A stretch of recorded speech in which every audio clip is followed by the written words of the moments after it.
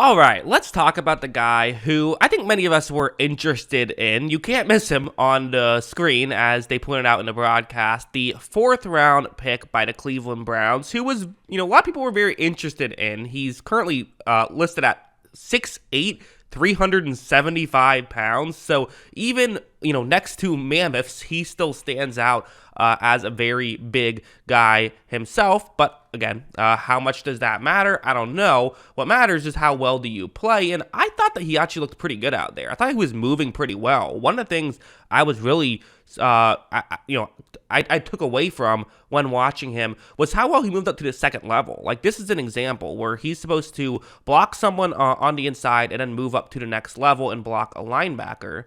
And watch how when this play begins, he is able to get up and make that happen. We saw a pretty good sample size from Jones in his first preseason game, and this is something that I saw him do really consistently, was get up to that next level. So for someone who maybe you're worried about how well does, how nimble can he be with his height and weight, and I speculated during the draft process if part of why people are sleeping on him a little bit is simply due to the fact that, Evan Neal kind of had a similar, there was more optimism, more reason to like Evan Neal coming out of college than Jones, but Evan Neal was also sort of the 6'8" guy who then comes into the league and really struggles, and maybe people were a little more weary now of like, okay, height isn't the only thing that matters. And while it's obviously true, if you felt like it was a positive for Neal, you should feel like it's a positive for Jones as well, and he's also doing a good job of being pretty athletic here. Watch him be able to, again, finishes off that block pretty well. We're pretty sure he was going to be able to finish off the block, but really the impressive part was him just getting to the next level and being able to do that kind of thing.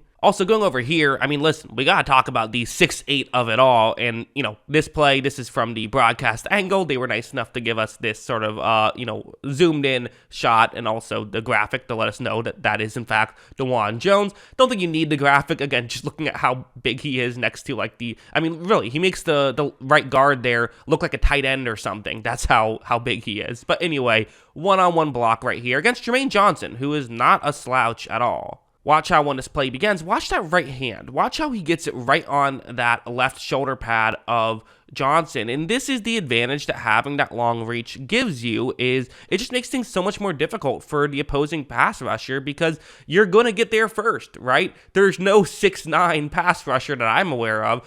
So you're going to be taller than all of these other guys. You have the longer reach, and that's just going to be a little bit more difficult for guys because, they're going to have to basically pass rush already having a bit of a disadvantage with the hand situation. Jones also is able to grab on and keep the hand there. Eventually, Johnson got rid of it, but not, basically by the time Johnson got rid of that hand placement, the ball was coming out of Kellen Mond's hands, so it didn't really matter there. So really just a good play, I would say, from Jones, and these are the kind of things that, again, can get you very optimistic about him. Something like this was another good example where what's going to happen on this play is he's going up one-on-one against Will McDonald on this play. Will McDonald, the edge rusher who was selected in the first round by the Jets. So a couple of first rounders he's going up against, which everyone kind of says, preseason, you're going up against third stringers. What does it matter? Well, he got plenty of reps against good pass rushers. He was not just going up against third stringers. That absolutely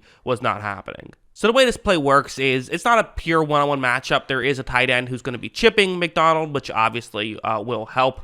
As you see, it's an effective chip to get to this point, and here's where things are going to get interesting. So one thing I do have to say about Jones is I don't think he actually has the best hands. Like, I do think that part of it is it can almost be an issue in college, and I think part of why Evan Neal struggled in his first year in the NFL, and maybe why we'll see a bit of struggles from Jones potentially, although we haven't seen it in this game, but why we could see it in future games, is that, you kind of rely on going up against guys who don't know how to attack you when they're significantly smaller and shorter than you. In the NFL, you will have guys who have ways to do it. Like, watch how McDonald, you see him sort of, be able to get, use his hands to get off of that initial contact and get towards the side of Jones. That's what he's doing on that play, which is a very good play, I would say, from McDonald. Again, he was drafted in the first round for a reason, right?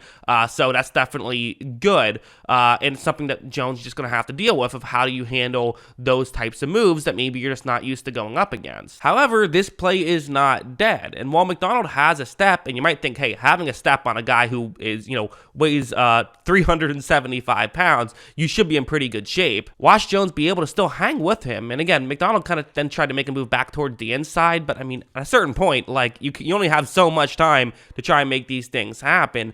Even in this play, which you could argue is maybe a loss, is still at the end of the day a win. I would say this was an impressive play from both guys, really, but I would say that this was still a good play from Jones to show off that, he is an athlete. He can move. Now, it wasn't a perfect day from Jones, certainly. Something like this, going to be a double team on an interior defensive lineman, and then he's going to move up to the next level and try to block someone there. Watch how when this play begins, just a little screen pass, which the Browns throwing screen passes left and right with Kellen Mond out there. I'm not sure exactly, maybe they just needed to practice some screen passes, I don't know. But anyway, you see Jones here, the defender doing the right thing, not trying to run through Jones, which is something that guys are just going to have to learn and probably should know already of, hey, that 6'8", 375-pound guy, maybe try to run around him if he's blocking you in open space. Watch him get around, and Jones ends up holding there, and to me, that's a bad hold. You don't need to hold there. If you missed a block, you missed the block. I don't know if he meant to hold, but it kind of looked like he meant to hold, or just, he held either way, whether it was just,